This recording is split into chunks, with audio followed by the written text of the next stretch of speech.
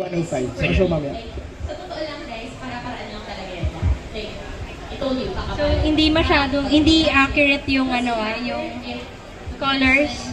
But this one, I shot with a 16 to 35.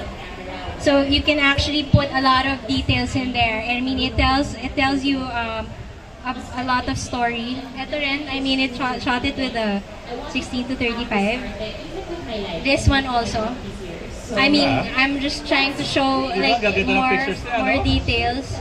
So, I mean, maganda yung 16 to 35 because it's 2.8. But I mean, the colors aren't accurate here. Nakahaano yung saturation eh. But this one is taken with a 12 to 24 f4. So even with an f4 lens, with that kind of opening, it doesn't have to be fast. You just have to wait for the light and be able to use it. Like with Nigel, he gets to shoot rin even with f4. So what I like about it's really wide. So why do you use the 2.8 and not the f4? Okay. May 16 to 35 na f4 na mas magaan, hindi ba? The Zeiss. The Zeiss, the Sony Zeiss, 16 to 35 f4. It's smaller and lighter. So why the preference for the 2.8? I need the flexibility because sometimes when you go to events, you don't know the light setup kung gaano ka bright or dark. So if you have a 2.8, I mean, you can actually adjust it. And then if it's too bright, you can, bump it up. If you want to make it sharper, bump it up to f4. So like this one, it's like it's a 24 to 70 2.8, which is like, I mean, a good go-to lens, especially if you need the flexibility of like zooming in and out of like your subjects, right? Imbis na yung palit ka ng lente. I mean, you have the wide and then you have the zoom. Kasi we shot this on a rooftop eh. Hindi ka pwede magpalit ng lente. Mahulog yan. Saka pwede ka na mahulog dyan eh. Pwede If ka you're na not wide mahulog enough. dyan. Exactly. Ayun. So, yeah, I mean, it's a 16 to 35. Like, this one was taken with a 16 to 35 because it gives you space, and then it also can give you, like, if you get up close to your subject, it can give you that, like, really malapit na factor, na parang medyo nakakasindak factor. So it's also applicable if you're like taking portraits of musicians. And a lot of people say the 16 kasi has distortion. With the music kasi, it's not really that, and with extreme sports, it's not really that, they're not really that OC about it.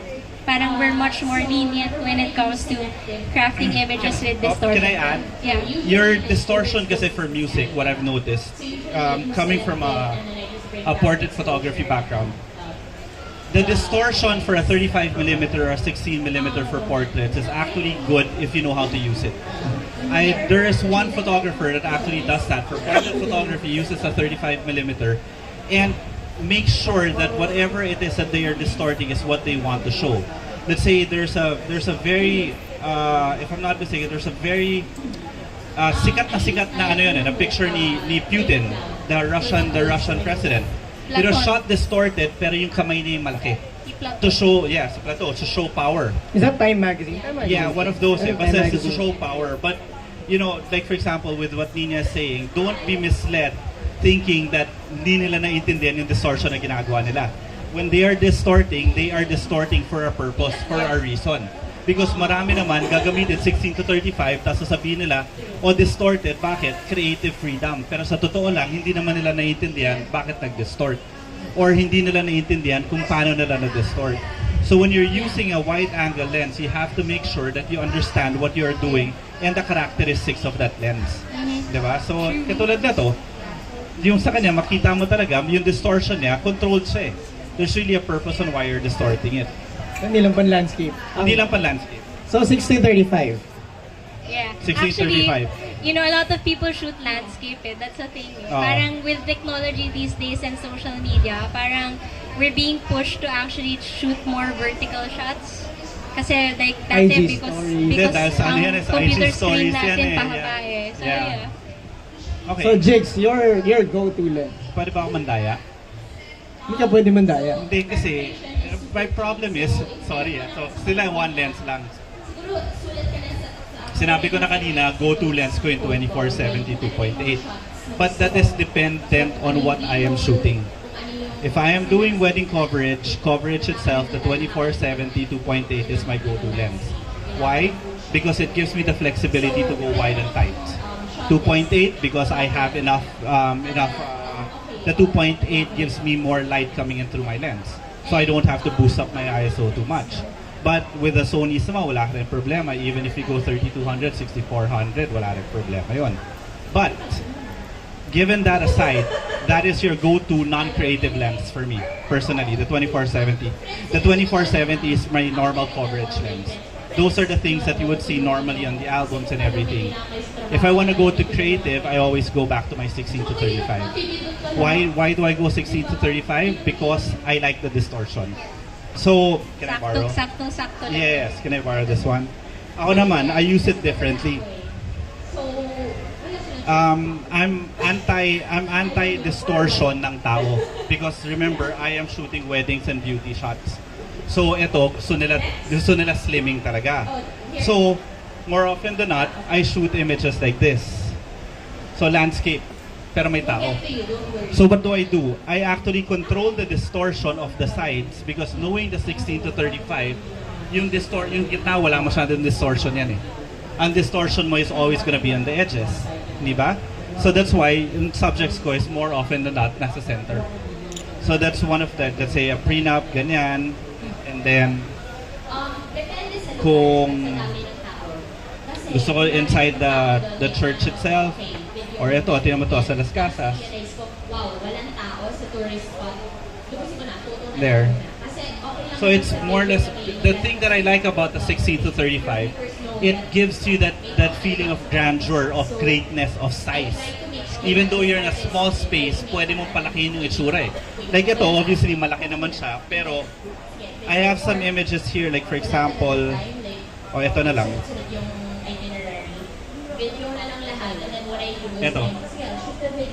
Itong image na to, shot with a 16 to 35, pero sa totoo lang, nasa basurahan kami.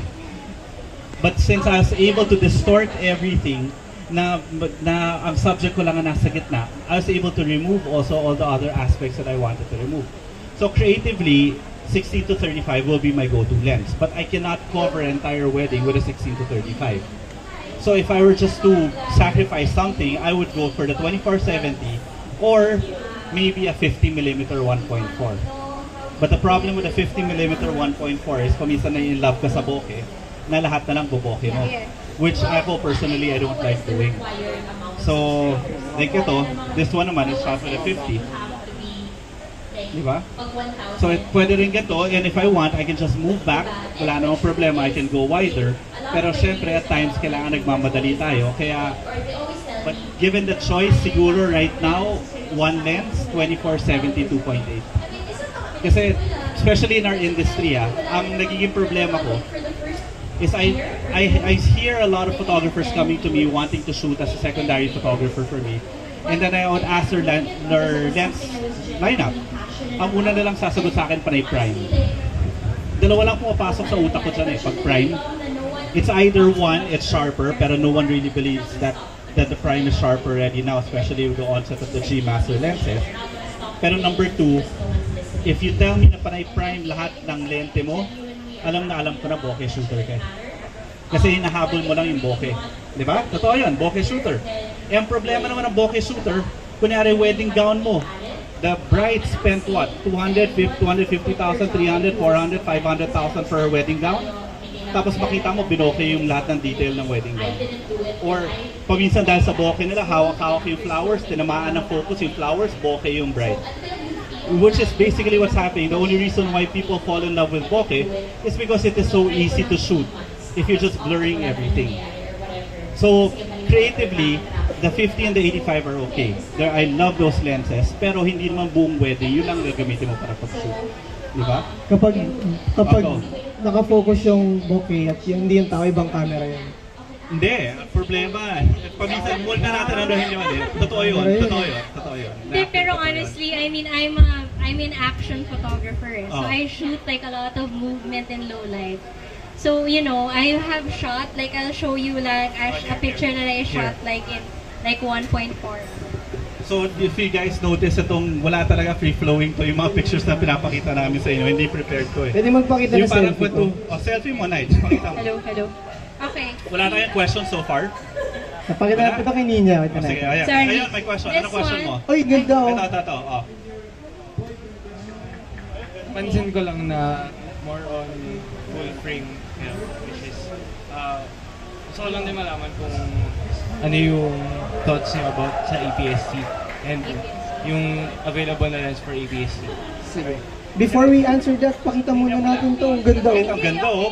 Para maganda explain mo yung na, ang ganda oh. Hindi, ang ganda. So I shot this with an 85 1.4. Oh, diba? And I shot it like super like sharp and on point with an 85 1.4 just right after the Sony's firmware update. Hayop, diba sa 7R3? I mean ibang klase na yung Sony ngayon na tipong like at 1.4 I have it focused really like right where I need it. So parang especially with this Reg Rubio Greyhounds, he moves a lot like forward and backwards.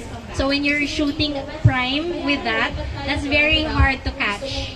So parang it's also good that, it's also not bad to use prime. Pero yun nga, the problem with using a lot of prime lenses is sometimes you kind of miss that spot where, Yung and then ilong. people just say, oh, art na lang yan kasi autofocus, right? Nets, diba? Ito yung matalas, yung ilong. Oh, yes. The tip of the nose. That's one of the issues. See, this is the proper way to use it for portraits. Kasi ang nangyayari dito, malayo ka dito niyan, diba? Yeah, Malayo like siya. So, 85. she really It's like needs, 85. Malayo siya. Pero, yun nga, can you go back, Nets, please? The other one. No, the other picture. Look at this. It is still very environmental. Even though she's doing a tight with an 85, she's not doing it na ito lang ang nakikita mo. Because ang nangyayari with the 85 or all those bokeh lenses, ang ginagawa nila, tight shots lahat, nawawala yung environment because that in itself is the easiest way to do it. Because the moment you take out elements, ang dali-dali mo na, galing mo ng photographer, lagay mo na sa magandang ilaw, bokeh mo. Tapos naka-Sony camera ka, ang ganda na lahat ng pictures mo. No matter what lens you use naman it's always important when you frame, you always try to tell the story. Whether Always. if it's expression or details, Look at or this. like putting a really nice background like for this one. So parang, it's really when you think of whatever lens that you have right now, always like put some additional element into it, not just yung parang, uy, may bokeh na, cinematic na agad. Diba? Parang Ganun eh. Okay, sa question mo, personally, if we're gonna talk about lenses first, if you're gonna invest, I would invest more on the full frame lenses already, even though you're using an APS-C sensor camera. But there's nothing wrong with the APS-C lenses. But if long term you believe that you're gonna go full frame, as early as now, mag-invest ka na sa full frame lenses. Nige, I'm sure you have something to say about this. Well, ano yung question mo? Sorry. Si Ita Nicole kasi.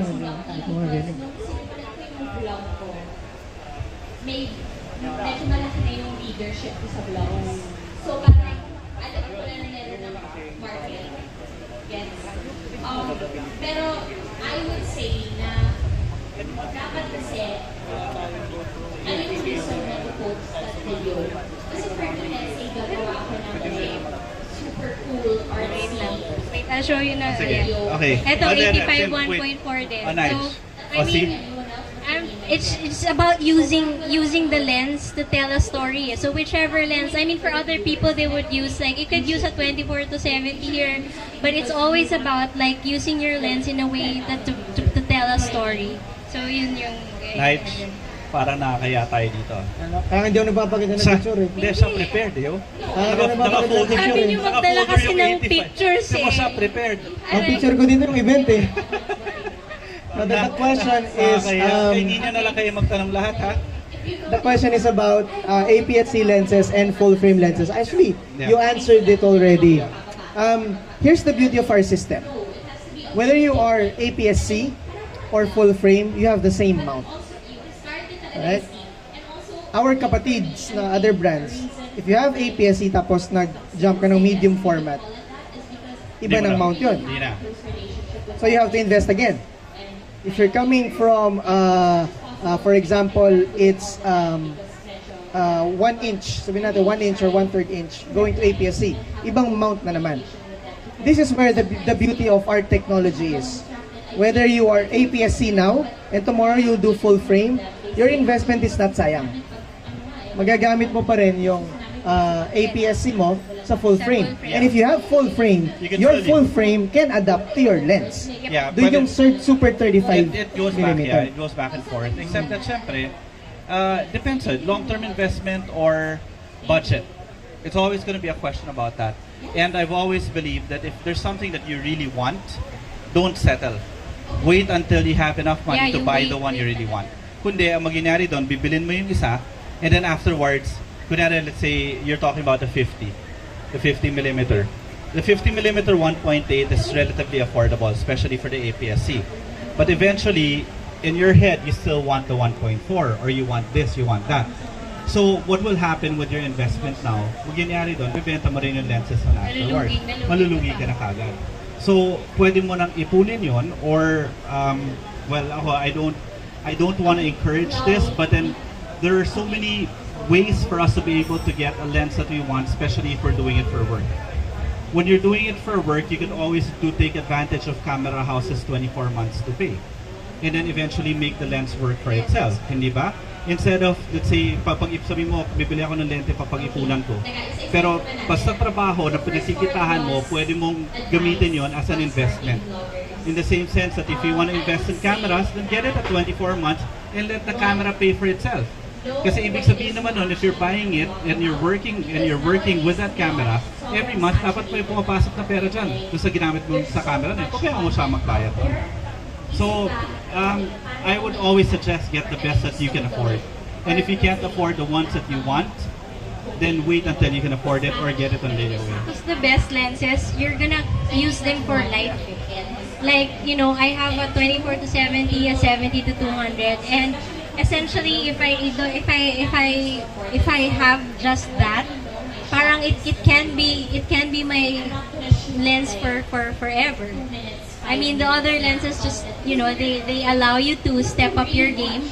But if you need like yung basic, you choose the ones that you will be committed to for life, which is like the best na. Parang papakasalan niyo yung lente niyo eh. Mag-settle ba kayo dun sa parang pwede na, tapos papalitan mo rin down the line? Or like, you know, you wait for the right one, and then, you know, kasama mo na siya forever.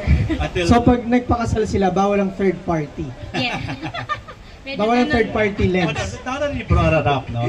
Okay, third party lenses. Kasi I'm sure ang dami natin options ng third party lenses, no? So, bakit tayo kukuha ng lenses specifically made for that brand? Ako, ever since, even when I was in the other brand, when I was using that, I never really went to third party. Dahil I always believe that yung technology that's being developed in-house, iba pa rin. Like for example, I remember getting a question nung nag-update yung A7R, yung A7, A7R at saka A9. They asked me if that type of update will affect the focusing speed of a third-party lens. Because may mga rumors na bumagal yung focusing ng third-party lens. So sa Sapi, yun ang main questions. Yun. So ang nangyari doon, syempre, because Sony will develop their technology for the lenses that they have. They build their cameras and their sensors specifically for the lenses. For the lenses. So, it's a perfect combination. So, pag naglagay ka ng third party, nag-iiba yung kulay, nag-iiba yung sharpness. Ako, yan, for example, when I have people shooting for me, obviously I ask them what they have.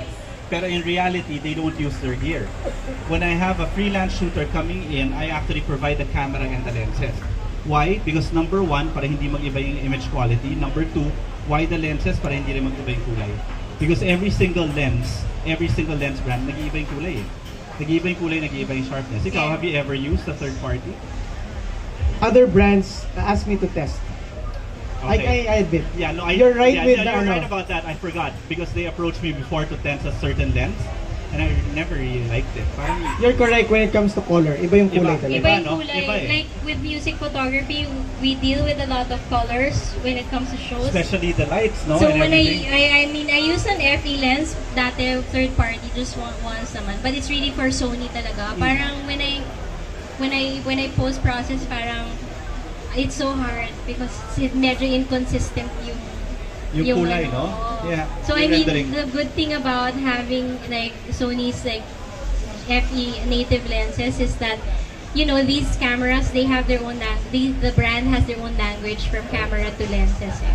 So I mean, even with the focusing system, parang iba talaga like it's just It's different. wala akong masabi It's different. kasi sobrang Well, okay now that talaga. we're on the topic, pa iba lang ng konti. So we're in the topic of really making your system efficient. Kasi basically, that's what we're going for, di ba? It's the efficiency of your system. Huwag rin kayo gumamit ng third-party batteries, especially the newer ones. The electronics of those batteries are different. That's why if you notice with the Sony users here, nadidetect na ng Sony kung third-party battery siya, bibigyan kayo ng warning. Hindi naman sinasabing hindi nyo pwede gamitin, pero bibigyan kayo ng warning that it might not be as good as the original battery. And then number 2 is never scrimp on your SD cards. Diba? When was the last time you actually used a generic SD card? I know.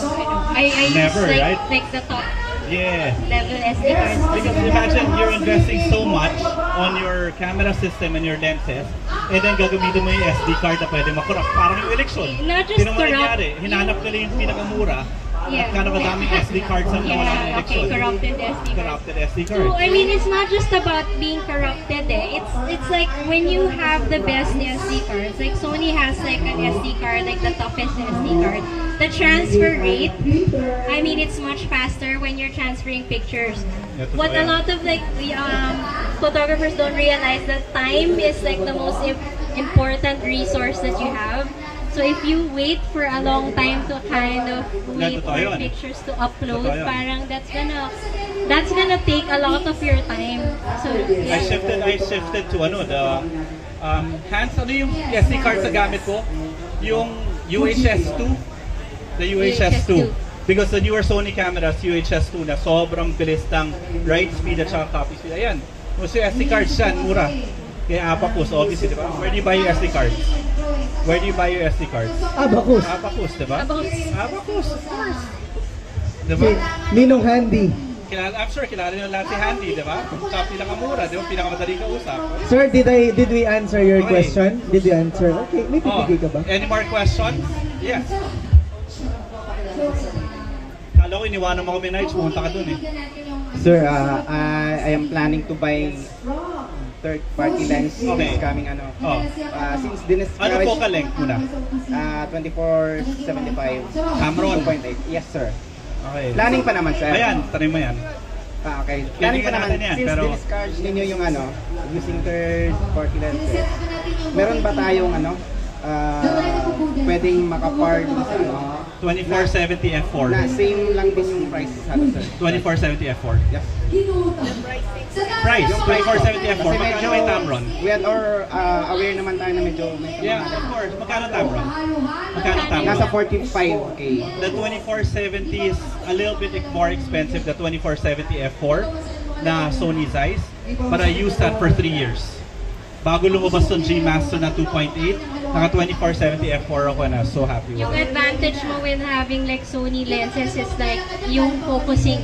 Mas mabilis. Alam mo yun? Yeah. So yung investment mo by adding just a little bit more money to get the native lens will be worth it. Yeah. Kasi after a while, kung kunyari nag-improve ka na sa photography mo tapos parang bitin ka na, bibenta mo lang din yun ng palugi.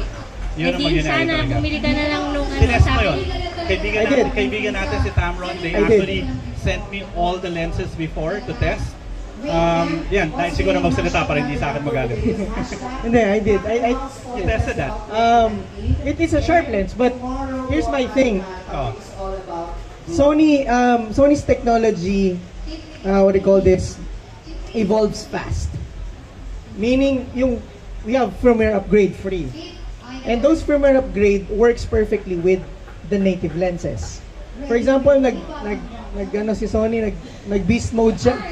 Nag-super update siya. Yun, yung A9 at saka A7R3 nagka-problema with the Tamron. Exactly. Yeah. So that's the whole point.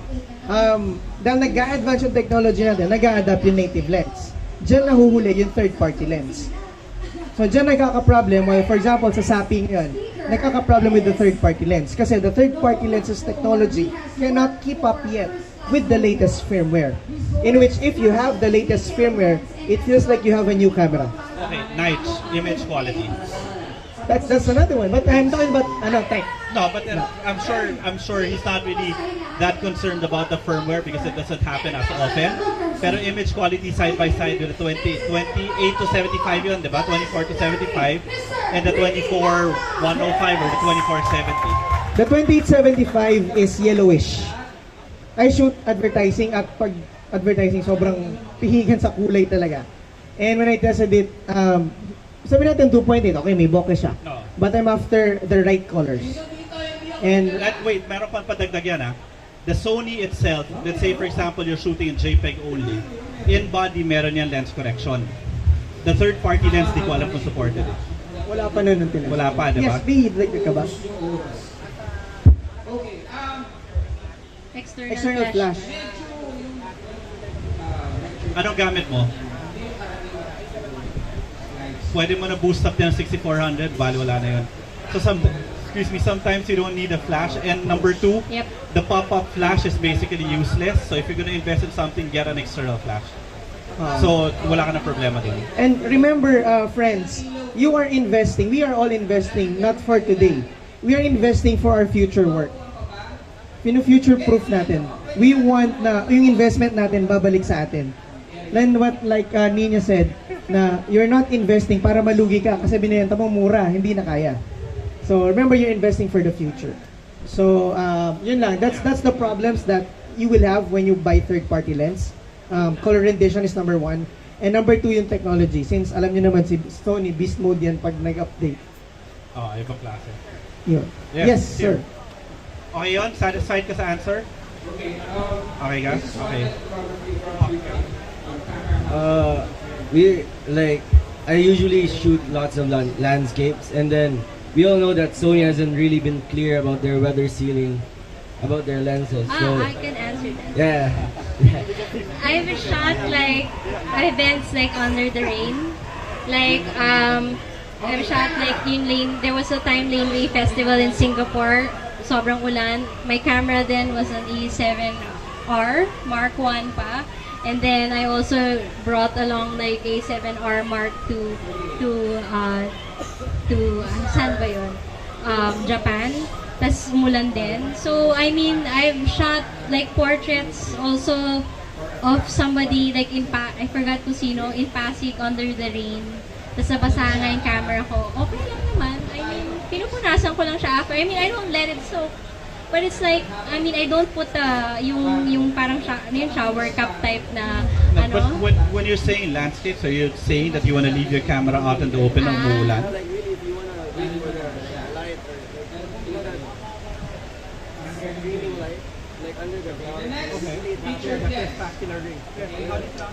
Crepuscular rays. Crepuscular Yeah, rays. yung lumulusot-lusot. Okay, weather sealing. Maybe later after our talk, you will see one video of Ambassador, si Paco. I filmed that sa Lahar because I'm from Pampanga at talagang binugbog ko yung A7R3 and 12 to 24. It's okay. Sa totoo lang, realistic. Oh, binugbog ko sa Lahar yun. There was a Realistic. YouTube video by si Digital Rev. Yeah, Binuhusan nila ng tubig. But realistically, hindi ko pa rin siya papasubo, let's say, sa Wata Wata Festival ng San Juan. Realistically, but I did that with an old camera, but then that's different. But this one, they're not claiming it anyway. They're not saying that the camera I mean, is fully weather sealed, but it is good enough. It good just enough. happened to me because I had no choice. Yes. Right? It wasn't like, uy, umuulan. Tapos pupunta ako Yeah. doon, tapos parang Kasi papasay ko baka yung next thing you camera. know, pumunta siya Parang doon hindi eh. ko gagawin yun. Pero like, it just so happened that I needed to get the Yeah. shots and it started Yeah. raining. Or- I shot like a festival last year. I was in a raincoat. Nababasa yung camera ko. Tinatakpan ko lang konti, but it was wet. Or But worst it's case fine. scenario, I'm pretty sure kung nandun ka, umuulan, you have a jacket with you, right? Or an umbrella. Use it for your camera na rin. Di ba? Even if the camera was weather sealed, I wouldn't even do that if I had something to cover it. Oh, ginagawa ko yun. Yeah. Sorry. Ako eh. Ginagawa ko. Binugbog yun. Ito yun sa Lahar. Oh. Yeah. Dust yan, Lahar yan ha. But Connect. R3, A7R3 plus 12 But to to be 24. honest, it's okay. They just don't advertise it. Yeah, They just kasi don't advertise it, but it's okay. It's, It's solid enough. it's not something that you actually do on purpose. Yeah, and also because if they advertise it tapos may masira, under warranty yun. Yeah. So, ano na yan, just being I safe. can testify, binugbog ko yung A7R3 ko. The same way the iPhone, when they advertise it to be waterproof, they're actually not advertising it to be, they're advertising it to be water resistant and not waterproof. But we get the impression that it's waterproof. So kunyari ako, linubog ko yung iPhone ko, kala ko waterproof, nasira, dinala ko sa Apple, hindi pala under warranty. Kasi hindi naman pala siya waterproof, water resistant lang. So, mas mabuti na nasa safer side tayo all the Yung time. waterproof, pwede mo ilublog. Oo eh. Yung water resistant, pwede nang Nilulublog ko sa swimming pool, gusto ko mag-video underwater. So, pag tapos na ay mag-charge. Pa tayo yung mandar nito. Yeah, so anyway, some more questions. Yes. Ay, iba yung t-shirt. Wala ba tayong t-shirt dyan? Palitan natin. Hindi, papalitan natin yung t-shirt. Wala ba tayong pa-t-shirt dyan? Ito na, iabot na. Okay lang, go. Sige, go. I have a question sa... Kasi sobrang fan ako ng mga works mo. Ng Me too. banda. Oo.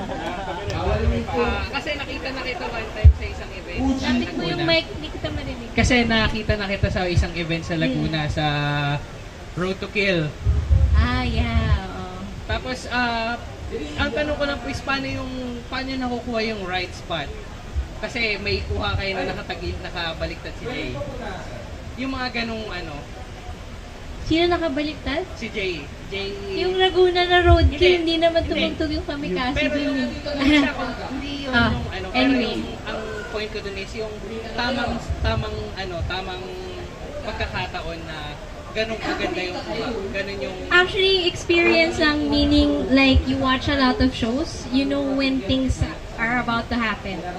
Kumbaga, it's like when like may mga musicians bubuelo yan eh.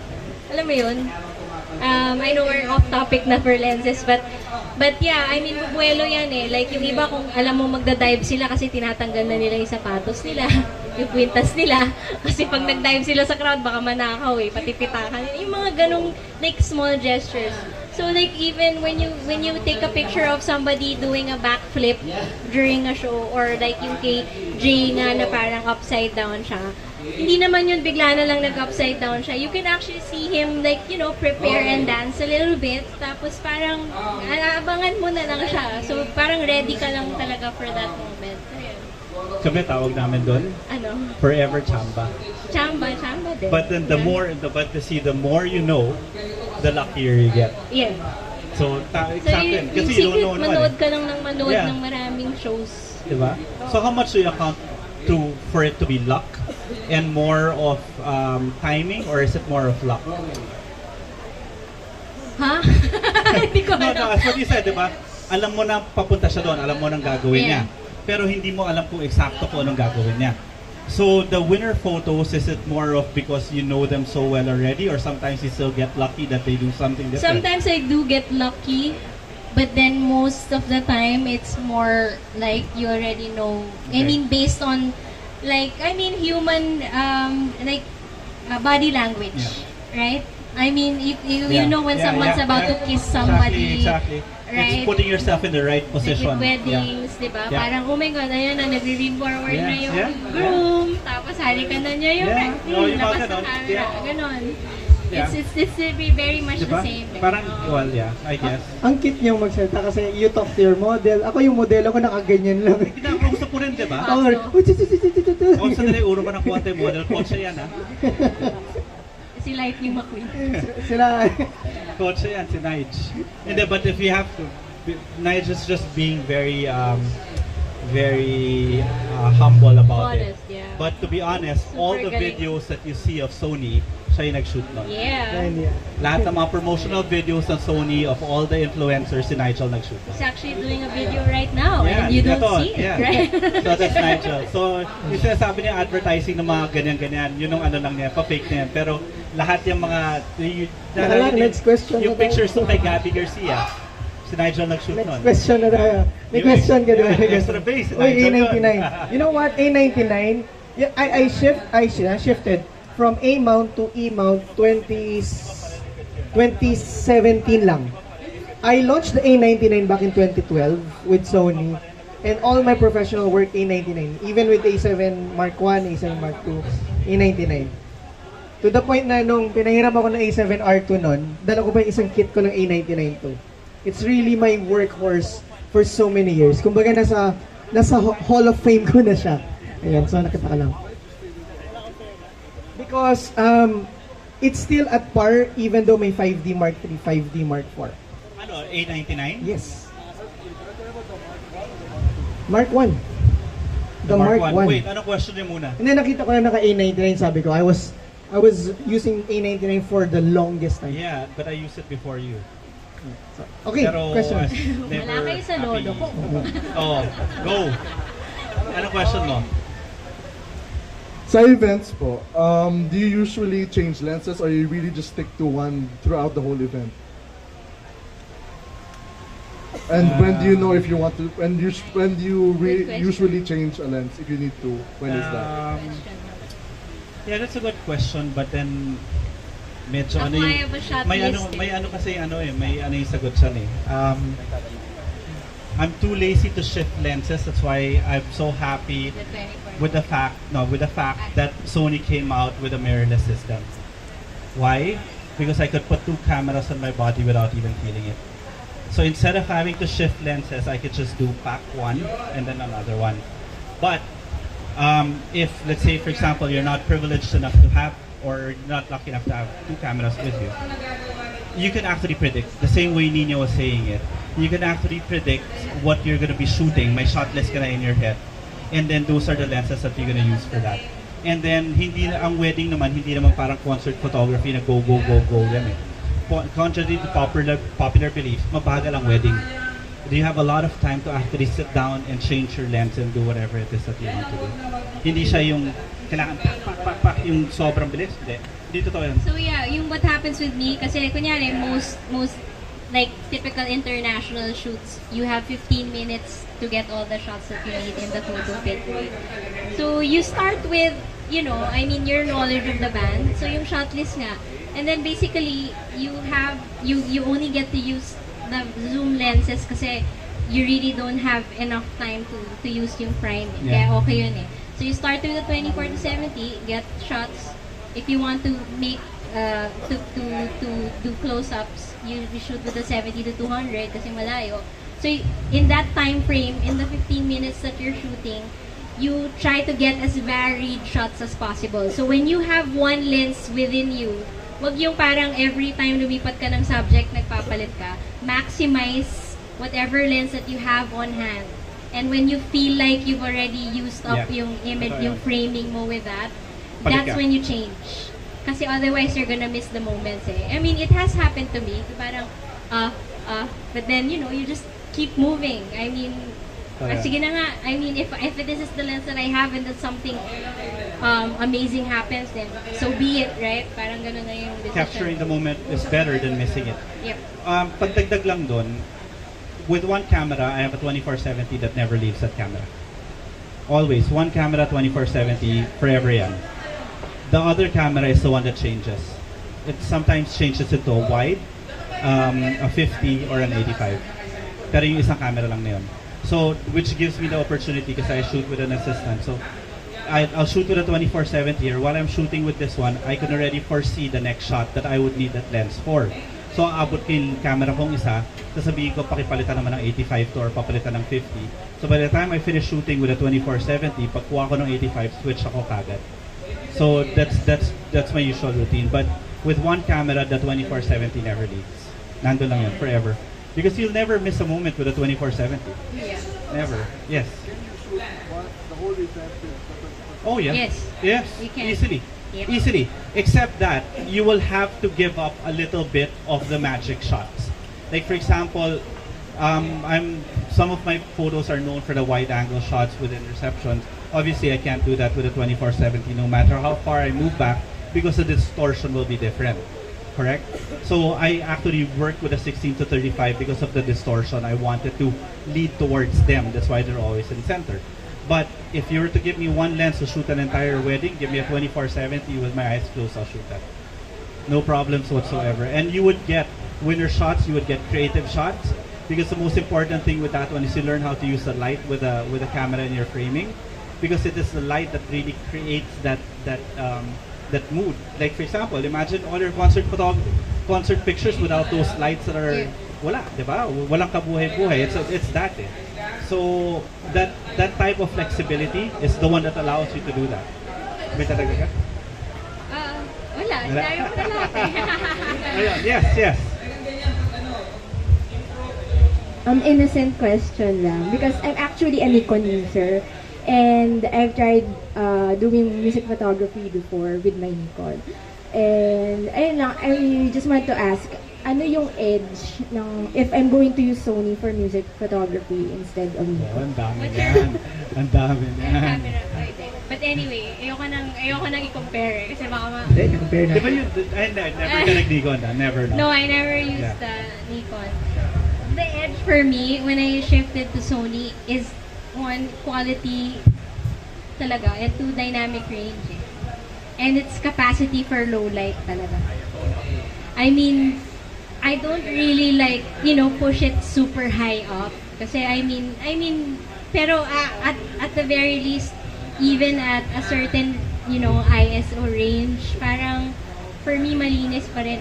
And Anong even if I maximum don't lens? get, siguro very, very rarely, I go like 6400 eh. Kasi Okay. medyo old school pa rin yung habits ko. Okay. I mean, I've used like really crappy cameras like 15 years ago na tipong ang ISO 800 pa lang sobrang pangit na. Diba?